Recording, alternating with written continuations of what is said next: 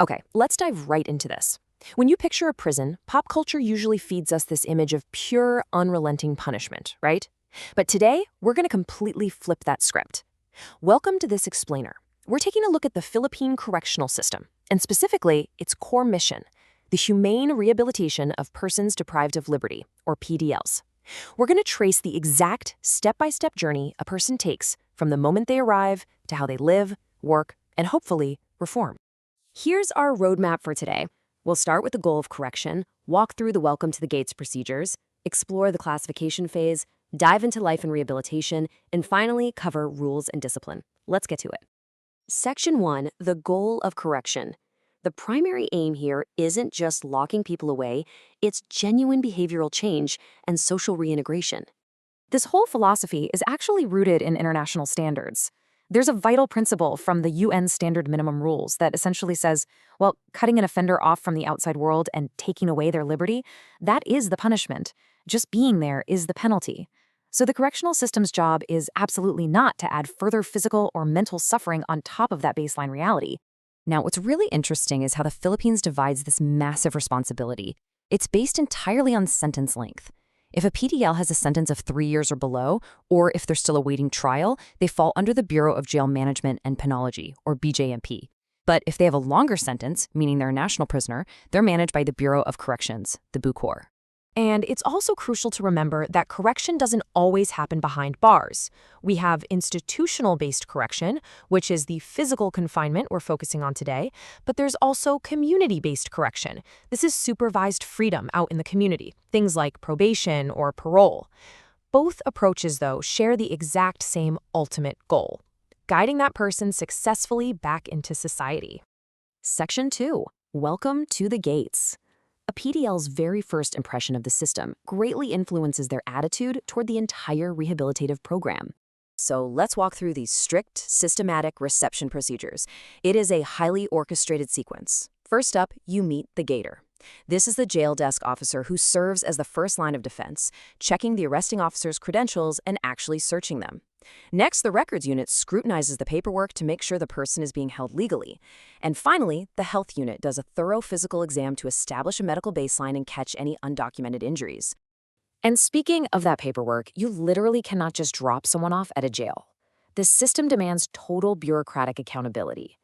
A person won't even be admitted without a commitment order straight from a judge, a medical certificate issued within 24 hours prior, the formal complaint, the police booking sheet, and a certificate of detention. No documents, the gates stay closed. Once they're legally admitted, the intense physical processing begins. We're talking a thorough strip search for contraband. They're checked for body vermin, cuts, needle marks. All their cash and personal valuables are confiscated, carefully logged and put into a trust. Then come the fingerprints, the mugshots, a regulation haircut, and they're issued their new uniform, often that iconic yellow shirt and brown jogging pants. In this moment, they're completely stripped of their civilian identity. Moving on to Section 3, classification and diversification. After the gates close, a PDL doesn't just get thrown into a random cell. They enter a highly critical evaluation phase. This process takes up to 60 days at what's called the Reception and Diagnostic Center. Now, the very first 5 days are strictly for quarantine. This is a massive public health measure to stop infectious diseases from entering the general population. After that quarantine, days 6 through 60 are totally dedicated to orientation, heavy diagnostic evaluation, and figuring out their initial security classification. During this time, a classification board runs an intensive battery of tests. We're talking medical and dental exams, sure, but also deep psychological and psychiatric evaluations. A social worker conducts a social case study, basically an in-depth interview mapping out the PDL's entire life history to understand the root causes of their behavior. They also run a rigid risk assessment to figure out the level of violence the inmate might pose. All of this data feeds into a core philosophy called diversification. Basically, this is the practice of grouping homogeneous types of prisoners together based on their age, risk level, and specific needs. Why? Well, it's absolutely crucial to prevent moral or physical contamination. Without diversification, a vulnerable first-time offender might enter the system as a cub but leave as a hardened tiger, radicalized and terrorized by more dangerous peers. You have to separate them for true rehabilitation to work. Section 4. Life, welfare, and rehabilitation. Once classified, the PDL transitions into the general population, and our focus shifts to their daily existence. So, what does daily life actually look like behind those gates? It's easy to assume it's just endless idle time in a cramped cell, right? But the reality is meant to be highly structured, geared entirely towards self improvement and preserving basic human dignity. And this brilliantly illustrates that baseline of human rights. Despite the incredibly rigid environment, every single PDL is guaranteed exactly 3 meals a day. They get an adequate supply of potable water, and they are allowed daily sunning and physical exercise. These are absolute, non-negotiable standards designed to preserve their physical health. Beyond just basic survival, there is an incredible variety of welfare programs. PDLs can actually earn their elementary and high school diplomas through the alternative learning system. They can take accredited skills training in things like welding or dressmaking. They do livelihood projects, baking pastries or making crafts to sell in outside markets. They can join behavioral modification programs, attend interfaith religious services, and even use eDalo, which is a supervised video call service so they can actually see and chat with distant family members. What's super fascinating here is how these livelihood programs tie into a whole internal economy. The facilities run a strictly cashless system. When inmates earn compensation from their work assignments or projects, those funds go straight into a general trust fund. They use this cashless setup to buy daily goods at the IPX, which is basically an internal commissary, or they can withdraw funds for personal medical expenses, or even send that money directly to support their family on the outside.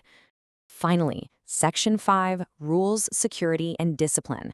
Look, none of these amazing rehabilitation programs can function without a rock-solid foundation of order. To maintain that order, the system mandates a strict 1:7 guard-to-inmate ratio during routine custodial guarding. That is 1 corrections officer for every 7 offenders. That ratio is absolutely vital to ensure the continuous safekeeping of both the facility personnel and the PDLs themselves. But even with tight security, rules get broken.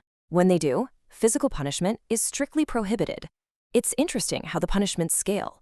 A minor offense for a detainee might just mean reduced visiting time, while a convicted prisoner might get extra chores. But for severe violations, the absolute maximum penalty is close confinement, and it is strictly capped at 7 days in any calendar month. And that's only used when literally all other disciplinary measures have failed. Plus, a PDL can't just be punished on a whim. There is strict due process.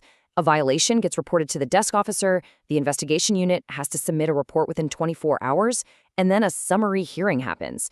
The PDL actually gets to present their own evidence and testimonies before a formal disciplinary board decides on the merits. Justice inside the walls is specifically designed to mirror justice outside. Underpinning all of this due process are the non-negotiables of facility security. Keeping order is a 24/7 operation. It requires rigorous key control. Inmates are never even allowed to look closely at the keys. There are frequent, surprise contraband searches, and crucially, an absolute prohibition of firearms inside the general jail areas to prevent any violent escalations. So, the crucial point is this guiding principle. Everything we've talked about, the strict gates, the psychological profiling, the vocational training, the cashless economy, the disciplinary hearings, it is all built around one single idea. No procedure should ever deprive an offender of hope for their ultimate return to society. It leaves us with a pretty powerful thought. As a society, how effectively are we balancing the absolute necessity for strict security with the fundamental human right to preserve hope and the chance for a second act? Think about that as we wrap up today's explainer.